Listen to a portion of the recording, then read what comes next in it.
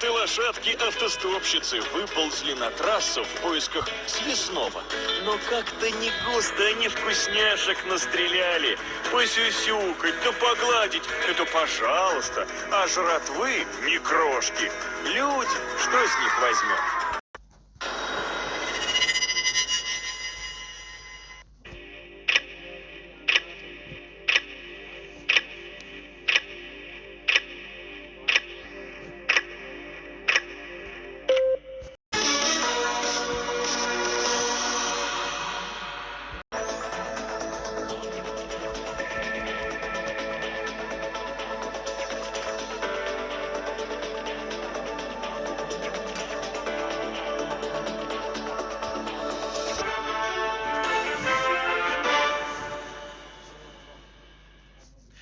Добрый вечер, это программа «Итоги дня» на канале Якутия-24. Прямой эфир, в студии работает Влад Давыдов. Смотрите в выпуске.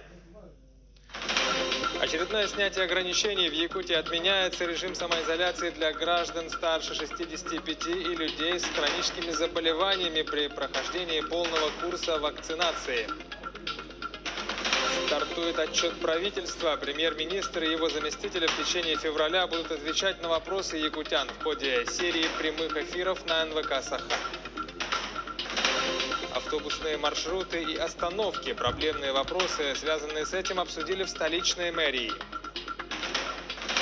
Возобновление большой стройки, возведение трехэтажного детского сада на 240 мест в районе аэропорта Якутска продолжается. Юбилею важного учреждения, региональному сосудистому центру, исполняется 10 лет. Как идет борьба с инсультом и инфарктом по республике.